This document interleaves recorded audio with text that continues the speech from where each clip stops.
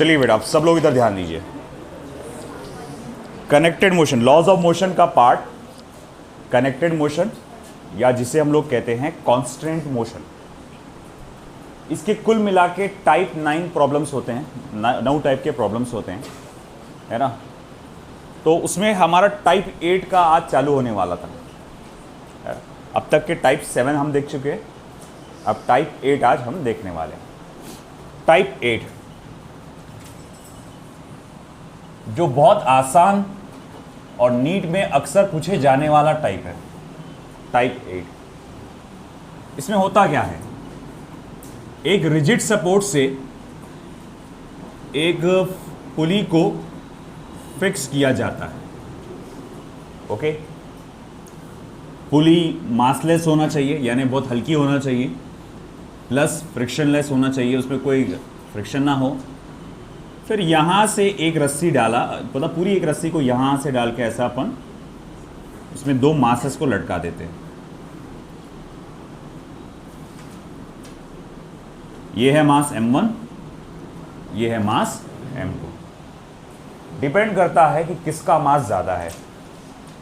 जैसे अगर मैं इमेजिन कर लूँ थोड़ी देर के लिए कि m1 का मास ज़्यादा है m2 से, तो होगा क्या, m1 नीचे जाएगा, m2 ऊपर जाएगा। मतलब ये पूरा सिस्टम नीचे जाएगा और ये पूरा सिस्टम ऊपर जाएगा, है कि? मतलब ये खींच रहा है और ये अपोज कर रहा है। बोले अपोज कर रहा है, ऐसा कैसा? अरे भाई सिंपल सी बात है, मान लो कि यहाँ मास ही नहीं है, बस सिर्फ रस्सी है और मैंने उसको ऐसा पकड़ के रखा और यहाँ 2 किलो का या चलो 10 किलो का मास लटका हुआ है। कितने का? 10 किलो का। और मैंने इस रस्सी को पकड़ के छोड़ दिया, क्या होगा? घर घर घर घर नीचे चला जाएगा। ठीक, अब इमेजिन कर लो कि अब उसे मैंने क्या किया, पकड़ के नहीं रखा, मैंने उसके अंदर एक मास अटैच कर दिया। इमेजिन करो मैंने 6 किलो का मास यहाँ अटैच कर दिया। यहाँ कितना है? 10 किलो। यहाँ क्या है? 6 किलो। सीधा सीधा सवाल है, क्या ये डब्बा, क्या ये पूरा का पूरा स्ट्रिंग अभी भी उतनी स्पीड से नीचे जाएगा क्या? नहीं, पहले के कंपैरिजन कम स्पीड से नीचे जाएगा। मैं पूछूंगा ऐसा क्यों हुआ? क्योंकि इसके वजन ने आपके मोशन को अपोज किया, है ना। तो मैं बोलूँगा ठीक है, यहाँ पर नेट पुलिंग फोर्स कितना है? तो यहाँ जो नेट पुलिंग फोर्स है वो m1g माइनस m2g है, या जिसको थोड़ा ऐसा भी लिख सकता हूँ मैं, m1 माइनस m2 इंटू जी। ये मेरा नेट पुलिंग फोर्स है, या कुल मिला के वजन जो पूरे सिस्टम को नीचे खींच रहा है, या इस डब्बे को नीचे उस डब्बे को ऊपर खींच रहा है। कितना है? m1 minus m2g। इसका वजन उसको नीचे खींचता है और इसका वजन उसके मोशन को अपोज करता है। आई बात समझ में आपको बेटा? ठीक है, हम कहेंगे हमारा एक्सेलरेशन का फॉर्मूला क्या होता है, तो वो होता है net force upon mass of the system. तो बोले नेट फोर्स वो कितना है? m1 माइनस m2 इंटू जी। पूरे सिस्टम में क्या है, ये 2 डब्बे हैं, बाकी सबको तो मास ही नहीं है, तो वो हो जाएगा m1 प्लस m2। तो ये बेसिक से फॉर्मूले से आप क्या कर सकते हैं, एक्सेलरेशन कैलकुलेट कर सकते हैं। आई बात सभी को समझ में? ठीक है, चलो एक एग्जांपल देखते हैं फिर इस पर बेस्ड। नीट में 1-2 साल पहले बस एक्सेलरेशन तक के क्वेश्चंस पूछे गए थे कि आप इसका एक्सेलरेशन पता लगाओ करके, तो बहुत आसान है और इम्पोर्टेंट है।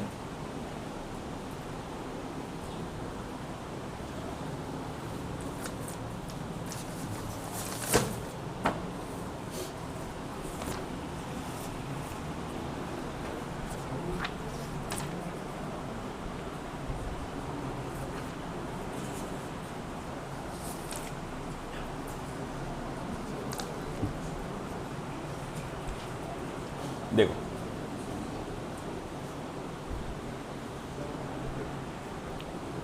two bodies of mass 4 kilogram and 6 kilogram are tied to the ends of a massless string. Full stop. The string passes over a pulley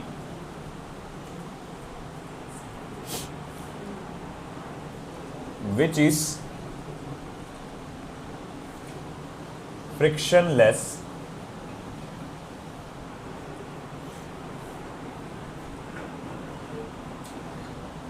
see figure.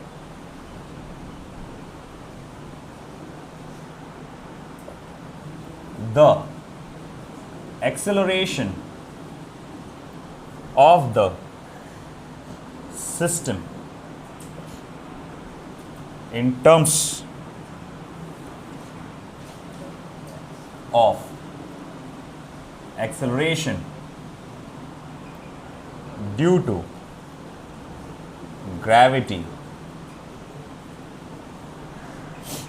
is first option small g, second option g by 2, third option g by 5, last option g by 10. देखिए ये question को try करते हैं. चलो एक बार आप try करके देखो. आपने इतने सारे प्रॉब्लम्स कर चुके हैं अब तक के कनेक्टेड मोशन के, तो ये ट्राई करके देखो क्या आंसर. कौन सा ऑप्शन? सी. तो एक ने जवाब दिया है इसका सी. देखेंगे हम सही है कि गलत है.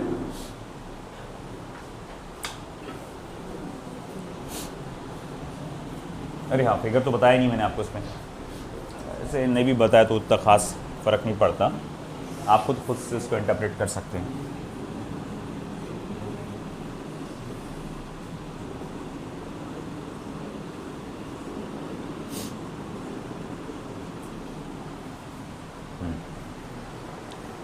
बोलिए. आपका सी है.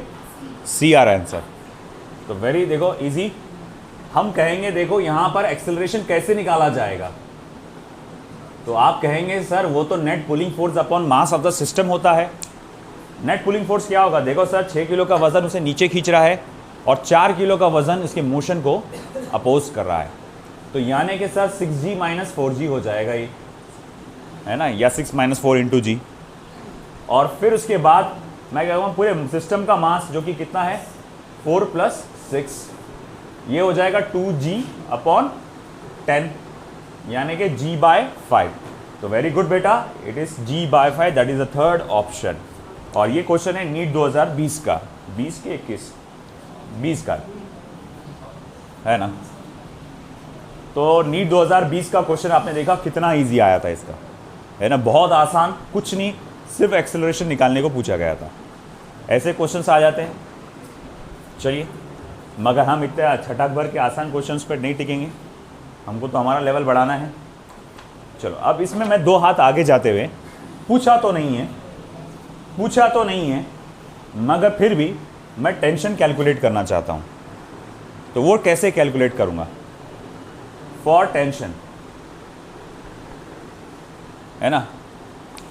तो टेंशन कैसे कैलकुलेट करूँ मैं? देखो ये डब्बा कहाँ जा रहा है? नीचे विथ एक्सेलरेशन ए. ये डब्बा कहाँ जा रहा है? ऊपर विथ एक्सेलरेशन ए. पहले एक काम करते हैं, कंसेप्चुअल जो स्टेप बाय स्टेप मेथड है उससे कर लेते हैं, फिर बाद में शॉर्टकट मेथड पे जाएंगे अपन, है ना. अच्छा ठीक है, मेथड 1 पहले फोकस कर रहे हैं. मेथड 1, इनमें से कोई भी एक डब्बा पकड़ो, कोई भी एक डब्बा 4 किलो का या 6 किलो का. जैसे मान लो मैं 4 किलो का डब्बा पकड़ता हूँ. तो जब मैं ये 4 किलो के डब्बे को पकड़ता हूँ, आप उसका फ्री बॉडी डायग्राम बनाएंगे. फ्री बॉडी डायग्राम, उस पर लगने वाले सारे फोर्सेस. आप कहेंगे सर उसको रस्सी ऊपर खींच रही है तो इसीलिए टेंशन उसके ऊपर आएगा. रस्सी में टेंशन ऐसा रहता है ना, तो रस्सी ऊपर खींच रही है तो उसका टेंशन ऊपर आएगा और वेट 4g उसका नीचे आएगा. हम कहेंगे ये पूरा सिस्टम किधर जा रहा? सर बोले ऊपर जा रहा विथ एक्सेलरेशन ए. ये 4 किलो का डब्बा ऊपर जा रहा ना. फिर मैं आपसे पूछूंगा ताकतवर कौन है, फिर टेंशन है कि वेट है? टेंशन है, क्योंकि ये ऊपर खींच रहा है ना, टेंशन बोल रहा तू ऊपर आ, वेट बोल रहा नहीं तू नीचे जा, मगर डब्बा कहाँ जा रहा? ऊपर जा रहा है। इसका मतलब क्या? टेंशन कैसा है? पावरफुल है। तो मैं बोलूँगा चल ठीक है, total force acting along Y axis कितना है? तो आप कहेंगे T minus 4G। By Newton second law total force along acting along Y axis कितना होता है? Mass into acceleration, that is 4A। Newton second law के तहत टोटल फोर्स क्या होता है? मास इनटू एक्सेलरेशन, तो 4 इंटू ए। दोनों को इक्वेट करो, T minus 4G is equals to 4A। T equals to 4G plus 4A। T is equals to 4G यानी कि 40 प्लस 4A। ए कितना आया था अपना? G/5। G/5 मतलब 10/5 यानी कि 2। तो T इज इक्वल्स टू क्या हो जाएगा बेटा? 48 न्यूटन, है ना। 2 4 8, 40 प्लस 8 क्या हो जाएगा? 48 न्यूटन। तो हमने ये 4 किलो के डब्बे की मदद से टेंशन निकाल ली। मैंने कहा था कि 4 और 6 दोनों में से कोई एक पकड़ो। अब आप में से कोई पूछेगा सर आपने कहा 4 और 6 दोनों में से कोई एक, अगर हम 6 वाला डब्बा पकड़ते तब भी आंसर वही आएगा क्या? जी हाँ वही आएगा। बोले ऐसे कैसे हो सकता, हमको यकीन नहीं है आप पर, है ना। कुछ लोग बोलेंगे सर नहीं यकीन कर लिए, मत बताओ, रहने दो। तो अब देखो 6 किलो का डब्बा, ओके ठीक है, इसका वजन उसको नीचे खींच रहा 6G, और उसका टेंशन इन द स्ट्रिंग उसको ऊपर खींच रहा। पूरा का पूरा सिस्टम कहाँ जा रहा है? नीचे जा रहा है। दादा दादा दादा एक्सेलरेशन ए से है। 6 किलो का डब्बा कहाँ जा रहा है? नीचे जा रहा है ना। अब मैं बोलूँगा इस मामले में कौन ताकतवर है? वजन ताकतवर है या फिर टेंशन? वजन। उसका फोर्स कैसा है? ज़्यादा है। तो मैं बोलूँगा total force acting along Y axis, तो क्या हो जाएगा? 6G माइनस T, है कि नहीं। फिर total force acting along Y axis according to the Newton second law, mass into acceleration. फिर आगे क्या? दोनों को इक्वेट करो, 6G minus T। T is equals to क्या हो जाएगा फिर? 6G minus 6A। T is equals to फिर क्या हो जाएगा? 60, G की वैल्यू 60 है ना, माइनस 6 मल्टीप्लाई बाय कितना है वो? 2 है ना। G/5 मतलब 2 हो जाएगा, 10/5। तो भैया ये कितना हो जाएगा? 60 माइनस 12, तो ये कितना हो जाएगा फिर से? 48 न्यूटन। देखो वही आंसर आया कि नहीं आया। तो चाहे आप 4 किलो का डब्बा लो, चाहे आप 6 किलो का डब्बा लो, आंसर तो आना वही है कि नहीं। फिर आप बोलेंगे सर आपको शॉर्टकट की बात कर रहे थे, है ना। चलो आप मुझे बताओ कि शॉर्टकट क्या आएगा इसका? कौन सा G माइनस ए आएगा? 6 किलोग्राम ना, वेरी गुड। आपको शॉर्ट ट्रिक्स में मैंने बताया था, कोई भी सिस्टम अगर नीचे जाए ऐसा तो G माइनस ए, अगर ऊपर आए तो रस्सी से G प्लस ए।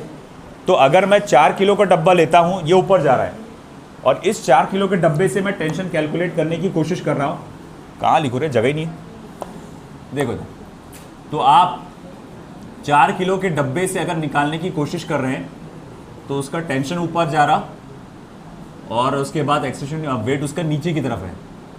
तो देखो मैंने कहा था कि अगर किसी रस्सी से किसी सिस्टम को या किसी डब्बे को आप ऊपर खींचते हैं, किसी रस्सी से किसी डब्बे को आप ऊपर खींचते हैं, तो विथ एक्सेलरेशन a, तो टेंशन इन द स्ट्रिंग का फॉर्मूला याद रखना, मैंने कहा था mg प्लस a होता है ना। और यहाँ m कितना है? तो बोले 4 है, तो 4 10 प्लस 2 12 और 4 कितना हो जाएगा? मल्टीप्लाई करिए तो 48 न्यूटन, है ना। और मैंने बोला था कि अगर कोई डब्बा नीचे जा रहा है तो वन क्या लेते? G माइनस ए। तो अगर मान लो आप 4 किलो के डब्बे के जगह आपने 6 किलो का डब्बा लिया होता, कहाँ लो रे, इधर ले लेता हूँ। मान लो 4 किलो के डब्बे के जगह आपने 6 किलो का डब्बा लिया होता, उसको टेंशन ऊपर खींच रहा है, उसका वेट उसको नीचे खींच रहा है, नीचे जा रहा नहीं, हाँ। तो बोलेंगे ठीक है भाई टेंशन क्या आएगा? तो मास G माइनस ए, यानी 6 इंटू 10 माइनस 2, 6 ही है ना। हाँ, तो 6 8 जा 48, है ना, वही आ रहा आंसर, है ना। ये शॉर्टकट हुआ। अब एक ऐसा शॉर्टकट फॉर्मूला बताने वाला हूँ जिसमें एक्सेलरेशन निकालने की जरूरत नहीं पड़ेगी, डायरेक्ट सिर्फ मास की वैल्यू लो, उसमें डालो, और G की वैल्यू लो, उसमें डालो, आपको टेंशन मिल जाएगा, है ना। मगर वहाँ जाने से पहले आप ये लिख लो, है ना।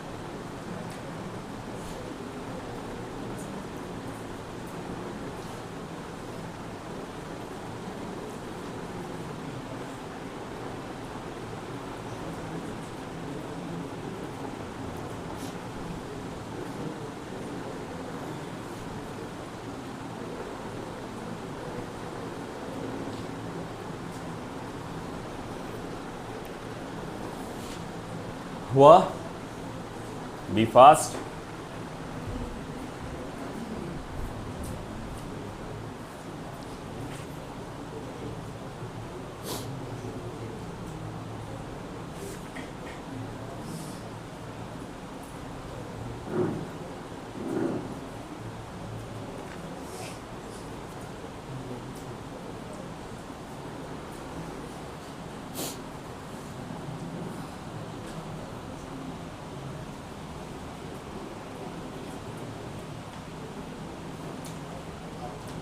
क्वेश्चन लिखना सभी का हो चुका होगा ना, तो जगह खाली करते ना।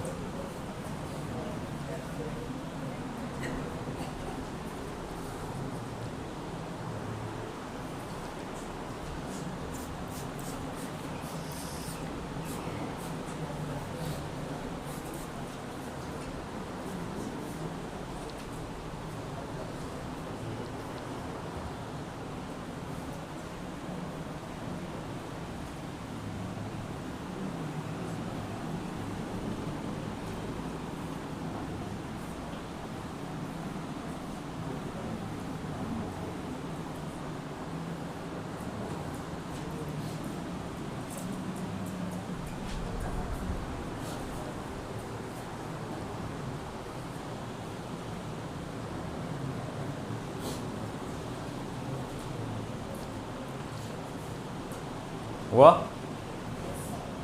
उधर का हो गया, राइट साइड का।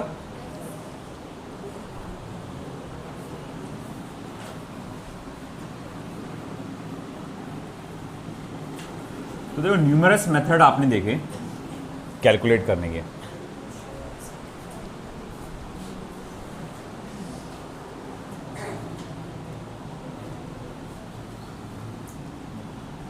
ये तो शॉर्ट ट्रिक्स थे।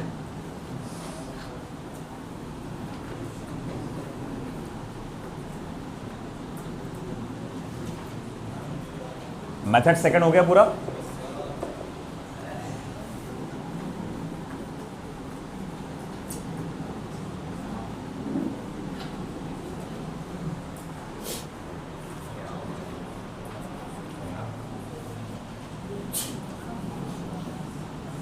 अब देखो यार, अब मैं जो बात कर रहा था शॉर्ट ट्रिक की, कि कैसे आप बिना एक्सेलरेशन निकाले उसका टेंशन कैलकुलेट कर सकते हैं। अगर मैं ये वाला फॉर्मूला इस्तेमाल करूं, m1 m2g twice m1 m2g, एक और डिराइव कर लेते हैं। चलो, जैसे कि अगर मैं यहां देखूं कि हमारा जो ये ब्लॉक ऊपर गया था और ये वाला ब्लॉक नीचे गया था, और यहाँ जो टेंशन इन द स्ट्रिंग है T है, और यहाँ टेंशन इन द स्ट्रिंग ये भी T आएगा। जहाँ तक रस्सी लगातार एक जैसी होती है, टेंशन सेम होता है। तो मैं अगर M2 ब्लॉक का पूछूंगा भाई टेंशन क्या आएगा, तो आप कहेंगे सर वो रहेगा m2 g प्लस ए। ये शॉर्ट ट्रिक फॉर्मूला हमने देखे थे कि कोई भी सिस्टम अगर ऊपर जाए तो g प्लस ए, नीचे आया तो g माइनस ए। अगर एक्सेलरेशन का फॉर्मूला मैं यहाँ उठा के डाल दूँ तो m2 g प्लस एक्सेलरेशन क्या है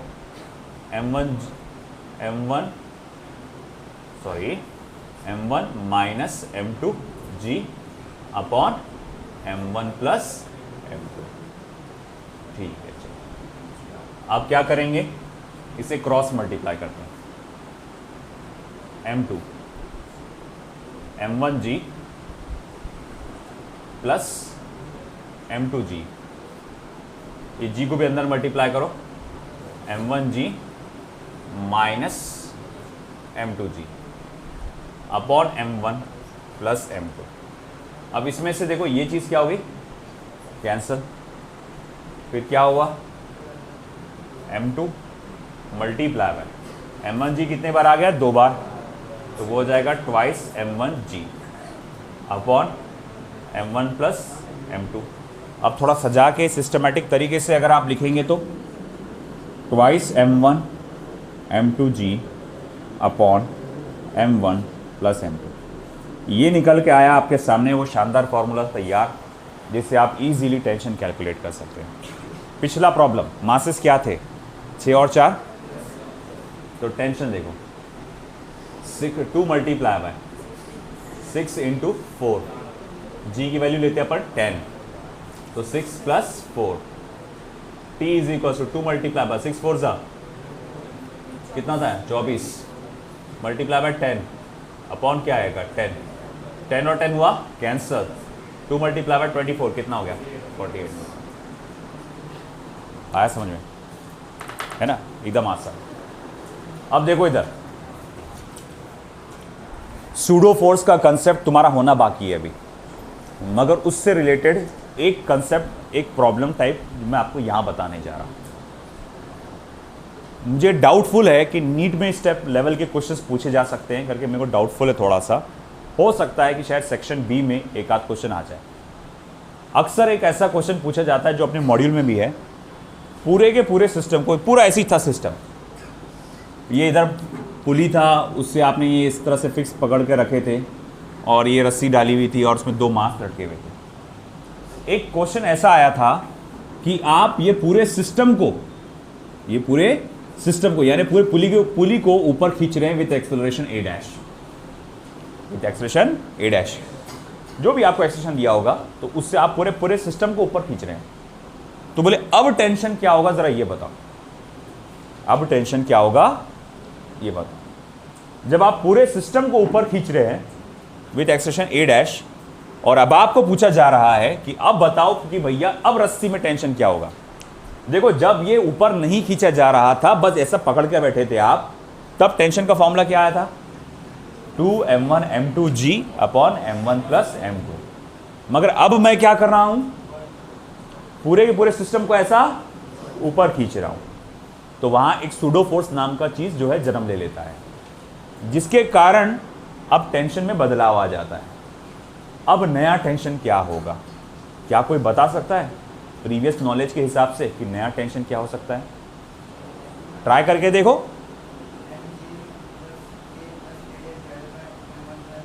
ये चलिए, ये शॉर्टकट फॉर्मूले को मैं कैसे लिखूंगा बता।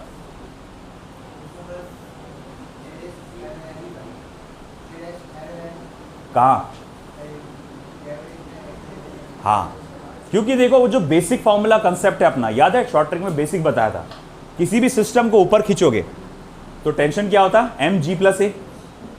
किसी भी सिस्टम को नीचे लाओगे तो टेंशन क्या होता है, एम जी माइनस ए। अब अगर मैं ये पूरे सिस्टम को ऊपर खींच रहा हूं तो यहां पर जो टेंशन आएगा अब वो आएगा twice m1 m2 g plus a dash upon m1 plus m2। वही अगर पूरे सिस्टम को मैं नीचे ले जा रहा होता तो क्या था, twice m1 m2 g minus a upon m1 plus m2। आई बात समझ में? आप ये बेसिक नॉलेज याद रखो कि ऊपर ले जाने पे g प्लस ए, नीचे लाने पे g माइनस ए, आप हजारों किस्म के प्रॉब्लम सॉल्व कर सकते हैं। आई बात समझ में सभी के? ठीक है ना? तो अब यहां पर ये बात को एक नोट करके रख दीजिए एक डायग्राम बनाना, ये तो शॉर्ट ट्रिक फॉर्मूला है ही, ये फिर वो वाला डायग्राम बनाना और नीचे जो लिखा होगा वो लिख देना। Note, if the whole system is pulled upwards with acceleration a dash, then tension in the string is T equals to twice m1 m2 g plus a dash upon m1 plus m2, or if the whole system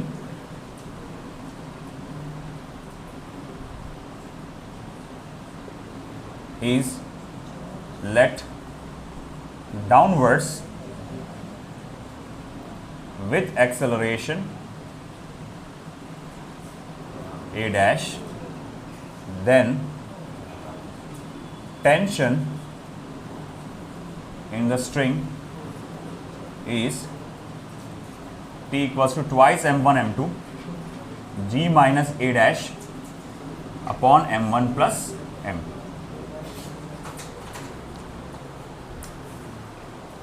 ये लिख कर रखो, ये diagram बना लो side में, ये वाला।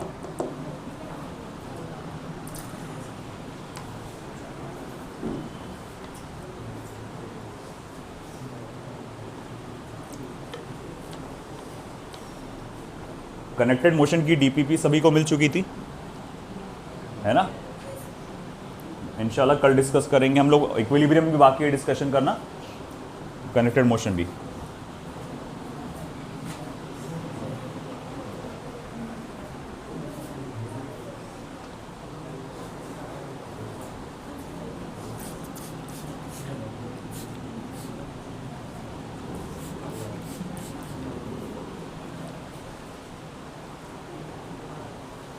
चलो, टाइप 8 का एक और प्रॉब्लम देखते हैं, आप सॉल्व कर पाएंगे क्या?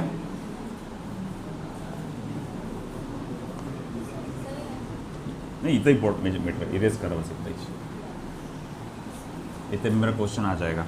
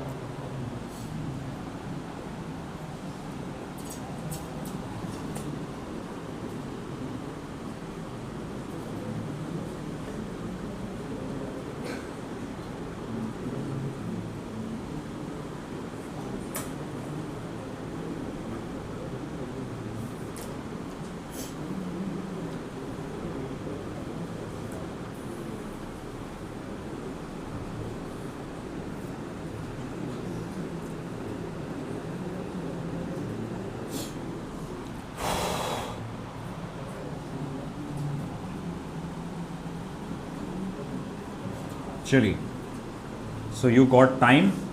मुझे ये प्रॉब्लम चाहिए, इसका पूरा acceleration, tension in the string, ये सब मुझे चाहिए। कौन? सिपगार, उसे घर पे कॉल करके बोलो और फ्रिक्वेंटली लेट आ रहा, एंटर कर दो उसको। बेटा आप दरवाज़ा खोल दीजिए। आइंदा से आप लोग लेट है ना तो बाहर ही खड़े रहो, ज़बरदस्ती आप अंदर ऐसा एंट्री लेने की कोशिश मत करो आप, क्लास को डिस्टर्ब करने के लिए।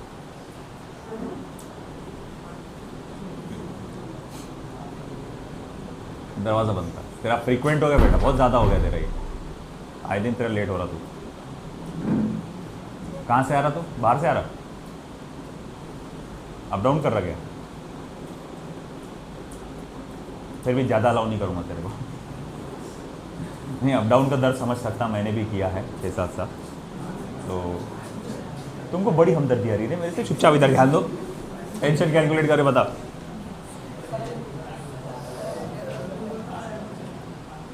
अरे सिमरत बेटा क्या ध्यान दे, पहले तू लेट हो गया।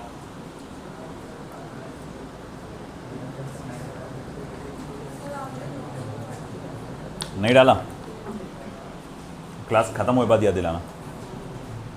नहीं, 1000 लोगों को 1000 वादे करके बैठा मैं, याद ही नहीं आता किसको क्या वादा पूरा करना है, कब करना है। चाय भी नहीं मिली सुबह सुबह आजकल।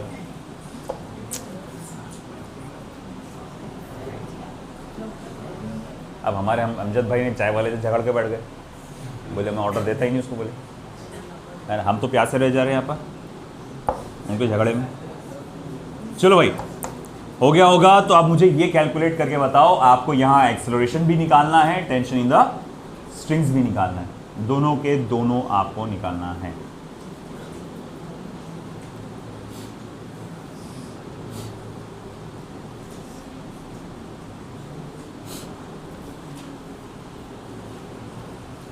चलो देखते हैं सबसे पहले किसका आंसर आएगा एक्सेलरेशन के लिए।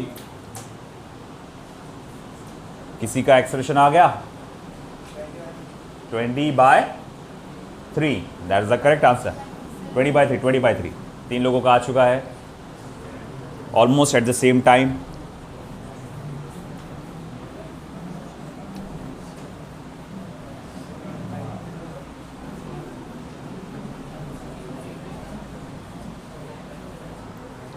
चलो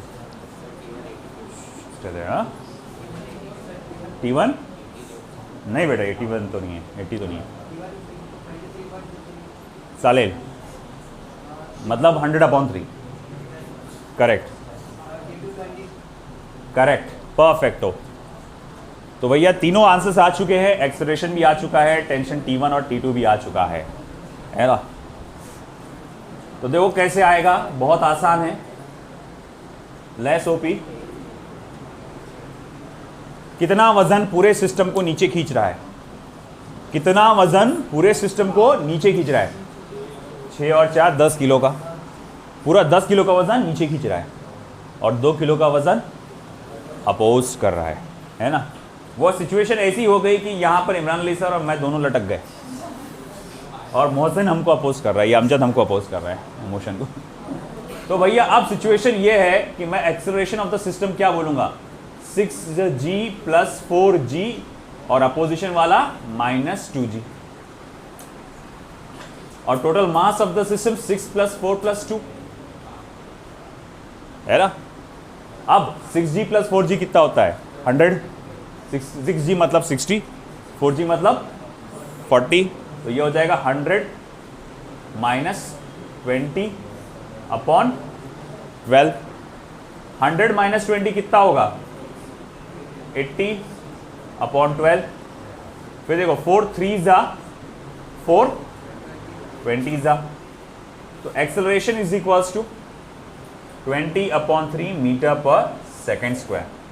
सो दिस इज द एक्सेलरेशन। ये क्या आ गया? एक्सेलरेशन आ गया सिस्टम का।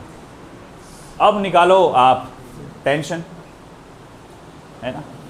मेरी राय में जो दो मैंने पहला शॉर्टकट फॉर्मूला बताया था कि G + A G - A वाला, वो वाला फॉलो करो।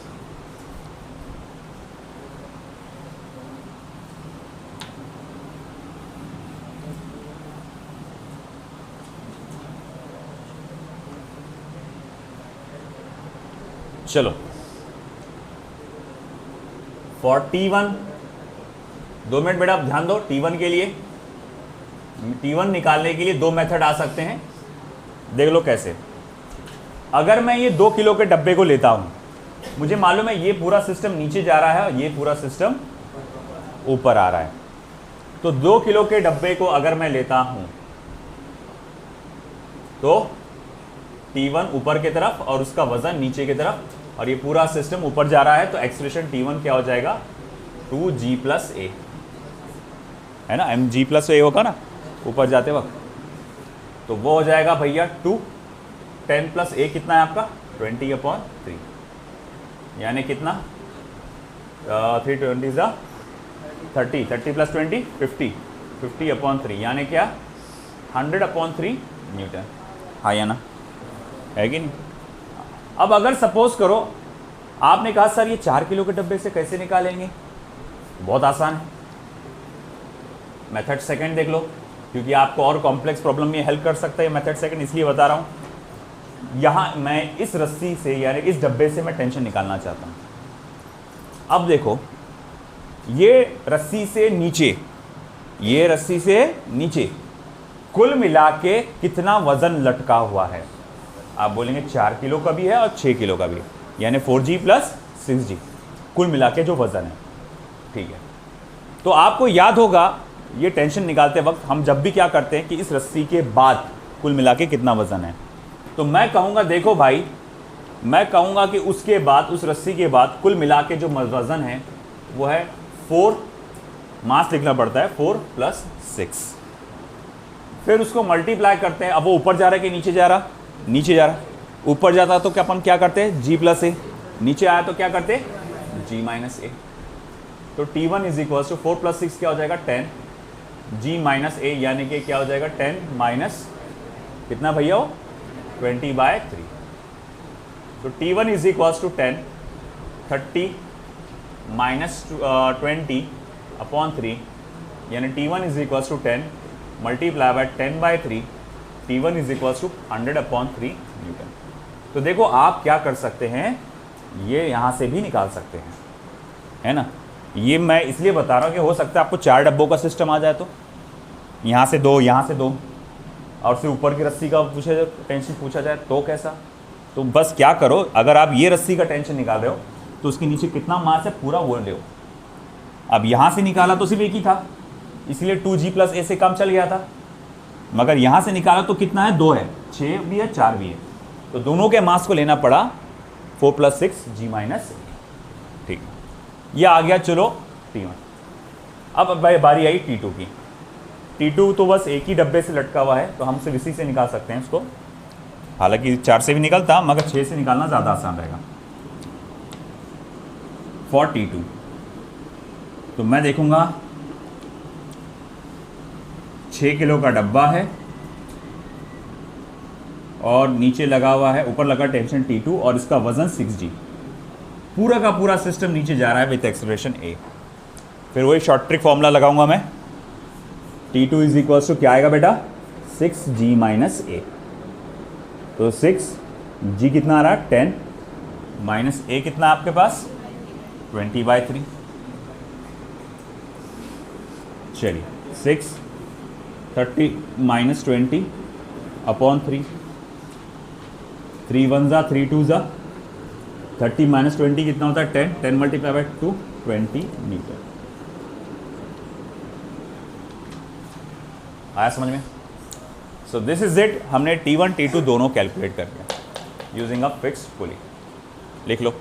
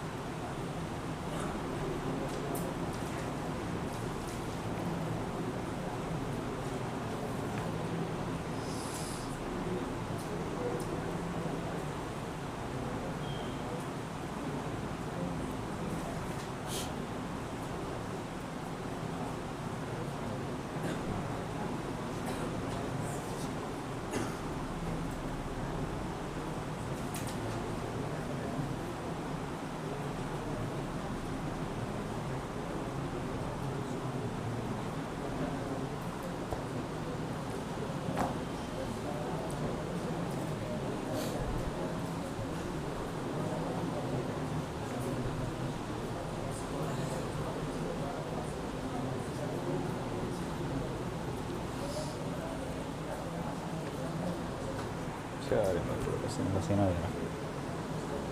हो गया बेटा?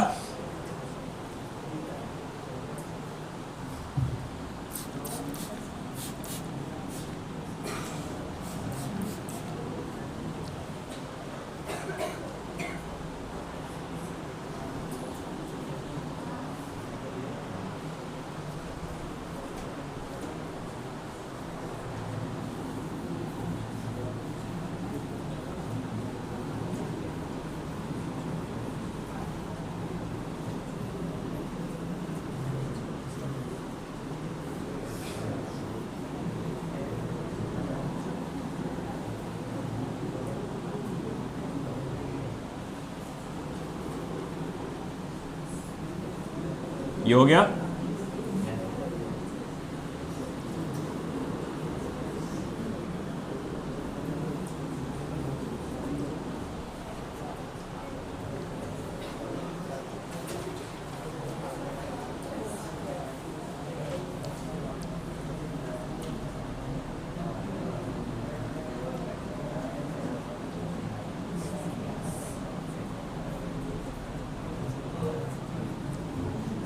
ये पार्ट जो है थोड़ा ठीक है, जेई ओरिएंटेड है, नीट में ओके चांसेस कम है, बहुत ही कम है।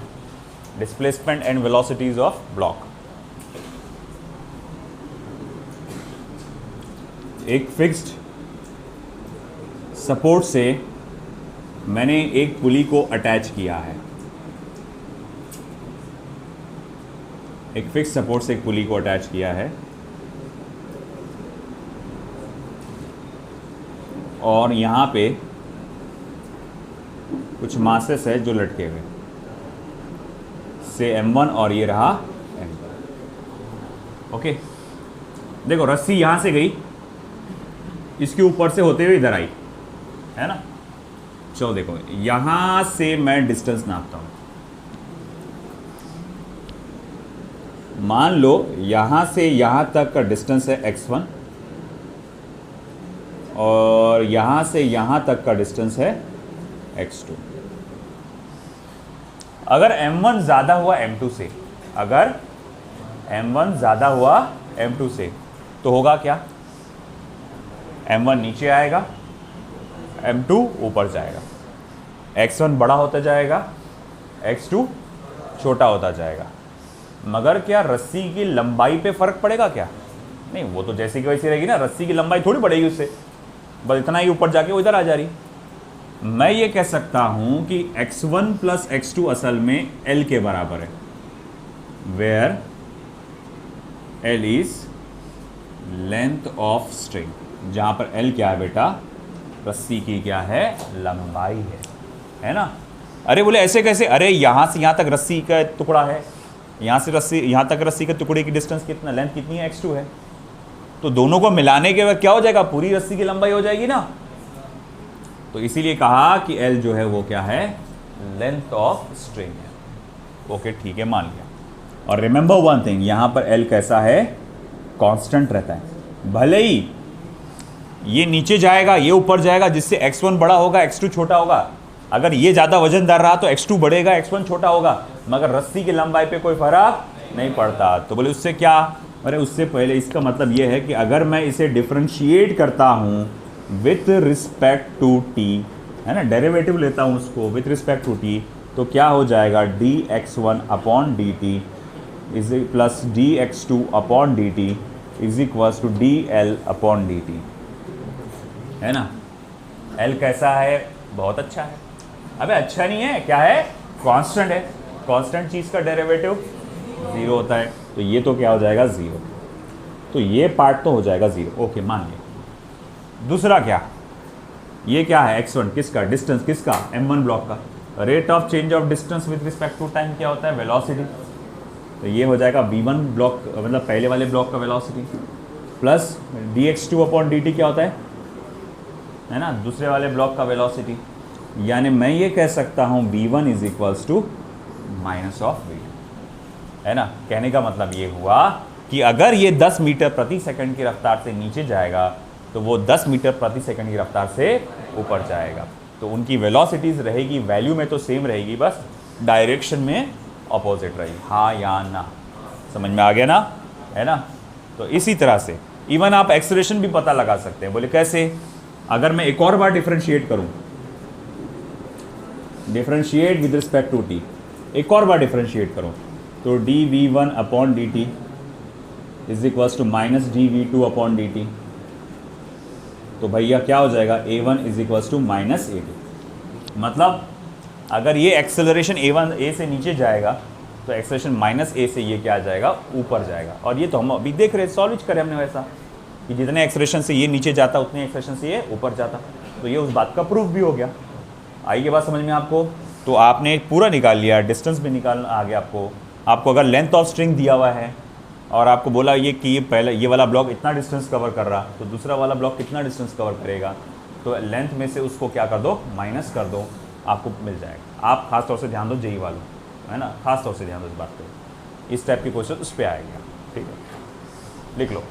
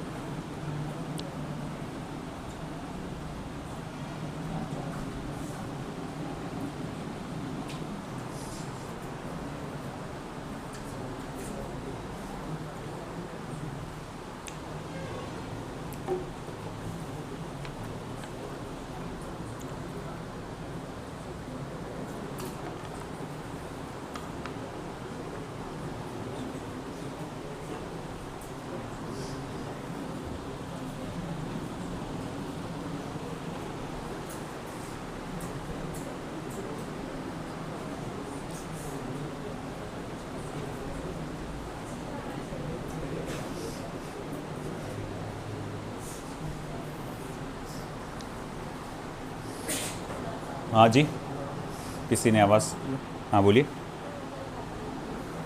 कहाँ पे? ये differentiate with respect to T, ये शॉर्टकट तरीका है लिखने का, differentiate with respect to T.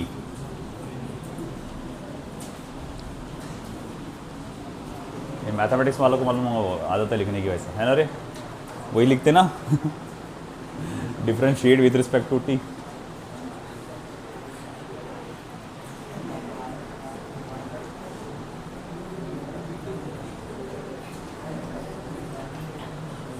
चलो इधर ध्यान दो, हुआ क्या लिखना हो। अगेन आप लोग ही ज़्यादा ध्यान दीजिए इस पार्ट पे, जेई वाले। ये देखो सिस्टम कैसा है, रस्सी है, रस्सी पे ये ब्लॉक अटैच्ड है और ये ब्लॉक भी अटैच्ड है,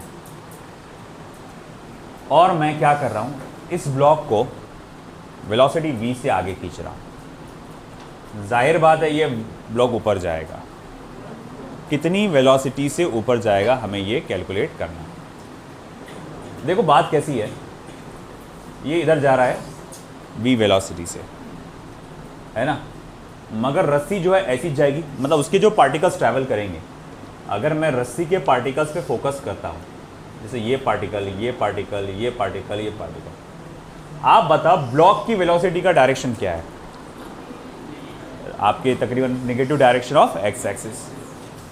अच्छा, ये रस्सी ऐसी ऐसी आती जाएगी, तो उसके पार्टिकल्स का डायरेक्शन भी वही रहेगा क्या?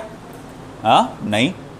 आप कहेंगे कि देखो भाई, हम देखते हैं कि ये जो रस्सी के जो पार्टिकल्स है उनका डायरेक्शन तो इस तरफ है वेलोसिटी का, है ना, रस्सी के जो पार्टिकल्स है उनका डायरेक्शन क्या है, इस तरफ है।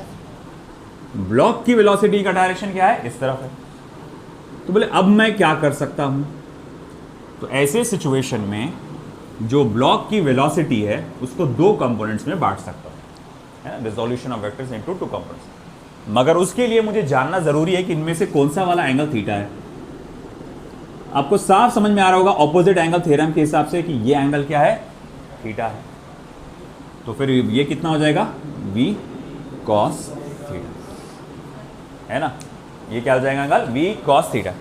कि माना कि ये ब्लॉक की वेलोसिटी इस डायरेक्शन में थी, माना कि ब्लॉक की वेलोसिटी इस डायरेक्शन में थी, मगर मेरे पार्टिकल्स, इस रस्सी के पार्टिकल उस डायरेक्शन में ट्रैवल नहीं कर रहे, है ना। तो अगर मैं मान के चलूं कि भैया ये पार्टिकल्स के लिए एक्स एक्सिस है, ये पार्टिकल्स के लिए वाई एक्सिस है, और मैं ये जानना चाहता हूं फिर ये वेलोसिटी एक्स एक्सिस पे कितनी पड़ेगी। अरे भाई एक बात बता मुझे, एक पार्टिकल मान ले ये वाई एक्सिस है, ये एक्स एक्सिस है, एक पार्टिकल ऐसा जा रहा वेलोसिटी, है ना, मैं तेरे से पूछूंगा ये सिर्फ एक्स एक्सिस पे ट्रैवल कर रहा या सिर्फ वाई एक्सिस पे ट्रैवल कर रहा या दोनों पे ट्रैवल कर रहा, दोनों पे ट्रैवल कर रहा। मैं कहूंगा कि 10 मीटर प्रति सेकंड की रफ्तार से जा रहा है ऐसा, तो क्या आप बोलेंगे एक्स एक्सिस पे इतनी स्पीड से जा रहा? हाँ, अरे भाई मैं बोल रहा कि 10 मीटर प्रति सेकंड की रफ्तार से ऊपर ऐसा क्रॉस जा रहा, वो इस डायरेक्शन में इसकी वेलोसिटी क्या है, 10 मीटर पर सेकंड की रफ्तार है इसकी। मैं बोलूँगा अच्छा आगे कितनी स्पीड से बढ़ रहा है, ऐसा आगे, तो उसकी स्पीड तो निकालना पड़ती है अपने को, है ना, resolution of vectors into two components की मदद से। अगर ये मेन वेलोसिटी है, ये एंगल थीटा है, तो वेलोसिटी अलोंग एक्स एक्सिस कितना बोलते हैं आप, v cos थीटा, और वेलोसिटी अलोंग वाई एक्सिस कितना बोलते हैं आप, v sin थीटा बोलते हैं, हाँ या ना, है ना। अब हमारा पार्टिकल ऐसा, सॉरी ब्लॉक ऐसा जा रहा, मगर पार्टिकल्स तो ऐसे आ रहे, इस लाइन से आ रहे, ऐसे ऐसे ऐसे ऐसे आ रहे, है ना। तो पार्टिकल्स को क्या लगेगा कि भैया ये मेरे एक्स एक्सिस पे तो है नहीं, ये मेरे हिसाब से तो टेढ़ा भाग रहा, पार्टिकल्स को लगेगा, है ना। तो बोले पार्टिकल का एक्स एक्सिस ये है, पार्टिकल का वाई एक्सिस ये है, और उसके ना ही ये पूरे एक्स एक्सिस पे है ना ही ये पूरे वाई एक्सिस पे, पार्टिकल क्या, तो वो क्या करेगा, ऐसी सिचुएशन में उसको कंपोनेंट्स में बांटेगा। अब आप वो देखो कौन सी वेलोसिटी है जो पार्टिकल के लेंथ के साथ साथ आती है एकदम डायरेक्शन में, तो आप बोलेंगे v cos थीटा, ये स्ट्रिंग की लंबाई के साथ साथ आ रहा है, ठीक है। इसका कहने का मतलब ये हुआ कि ये रस्सी इस तरफ जा रही है कितनी स्पीड से, v cos थीटा की स्पीड से। और अभी अभी हमने देखा कि अगर ऐसी कोई रस्सी अटैच्ड हो तो ये रस्सी जितनी स्पीड से नीचे जाएगी ये रस्सी उतनी स्पीड से ऊपर आएगी। तो मैं कहूंगा अगर ये रस्सी v cos थीटा की स्पीड से नीचे जा रही है तो ये रस्सी क्या होगी, v cos थीटा की स्पीड से ऊपर आएगी। तो अगर ये v cos थीटा की स्पीड से ऊपर आएगी तो मैं कहूंगा इसकी वैल्यू हो जाएगी मैग्नीट्यूड में v cos थीटा। आई क्या बात समझ में? तो ये फॉर्मूला इस तरह से आपका डिराइव हुआ v cos थीटा। मगर सुनो, ये प्रॉब्लम तभी आप v cos थीटा वाला कंसेप्ट तभी लगा सकते हैं, resolution of vectors into two components वाला, जब एंगल लगातार कांस्टेंट हो, जब एंगल लगातार कांस्टेंट हो। क्यों मैं बता रहा हूं ऐसा? एक बहुत ही मशहूर प्रॉब्लम है जो आपके टेस्ट पेपर में भी आने वाला है ना। उसमें क्या है, दो पुलिस दिए हुए इस तरह से, और यहां से एक रस्सी ऐसी गई, यहां से रस्सी एक ऐसी गई, और यहां से एक ब्लॉक ऐसा अटैच्ड है। उसमें बताया गया कि ये रस्सी को वेलोसिटी v से नीचे खींच रहे, ये वेलोसिटी v से इधर खींच रहे, और ये एंगल थीटा है ना। अक्सर लोग क्या करते हैं, वो बोलते हैं ये वेलोसिटी v से इधर जा रहा, मतलब ये रस्सी भी वेलोसिटी v से इधर जा रही, ये रस्सी भी वेलोसिटी v से इधर जा रही, फिर इसका कंपोनेंट इधर कितना आएगा, v cos थीटा, इसका कंपोनेंट किधर आएगा, बोले कितना आएगा, v cos थीटा, मतलब ये पूरा का पूरा डब्बा ट्वाइस v cos थीटा से ऊपर जाएगा, है ना। और कमाल की बात है, ये ऑप्शन में भी मौजूद है, मगर बाद में पता चलता कि ये तो गलत निकला, है ना। अगर नॉलेज है आपको, माशाल्लाह आपने ये नॉलेज लगा दी है यहाँ पे, मगर यहाँ पर आपने देखे आंसर भी आ गया, बड़े एक्साइटेड बाद में जेई वाले बोलते हैं oh my God I am IITian, है ना। मगर बाद में पता चला भैया उसको मानव कॉलेज भी नहीं मिला। तो मसला क्या हो गया, यहाँ ये वाला क्यों नहीं लगा सकते, क्योंकि जैसे जैसे आप इसको खींचेंगे ना तो ये रस्सी खुलते जाएगी, तो थीटा की वैल्यू क्या होगी, बढ़ते चले जाएगी। तो इसीलिए ये कंसेप्ट यहाँ नहीं लगा सकते। तो फिर सर कौन सा कंसेप्ट लगाएंगे, ये एक राज है जो मैं बाद में बताऊंगा। थोड़ा आप लोग ट्राई करो, ठीक है।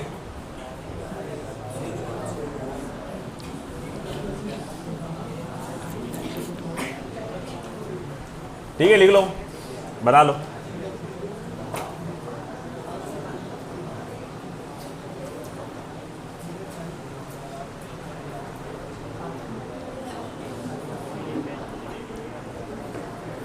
नौ बज गया आज, हाँ सर क्लास लेट चालू हुई ना आज,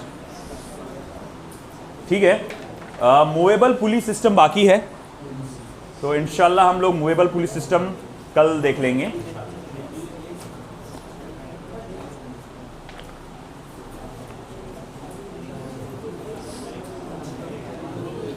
ये संडे को टेस्ट क्या पे बोला हुआ है, नहीं बोला क्या, तो बोलना चाहिए, ऐसे गलत बात है, नहीं हुआ था। और मैंने मेजर टेस्ट में कितना पोर्शन बोला, पूरा, units and measurement, motion in straight line, motion in a plane and laws of motion, पूरा। क्या बोल बेटा, वेक्टर आ ही जाता उसमें, वेक्टर एक हेल्पिंग चैप्टर है तो वो आता ही है उसमें।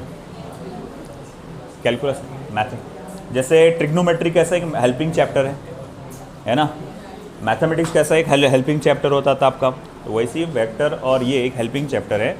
ये एज इट इज़ डायरेक्ट उस पर नहीं पूछूंगा मैं क्वेश्चन, बता इसका डेरिवेटिव क्या होता, उसका इंटीग्रेशन क्या होता, मगर उसका इंक्लूजन तो रहेगा ही रहेगा, ठीक है। तो आज के लिए इतना ही, बाकी देखते हैं कल।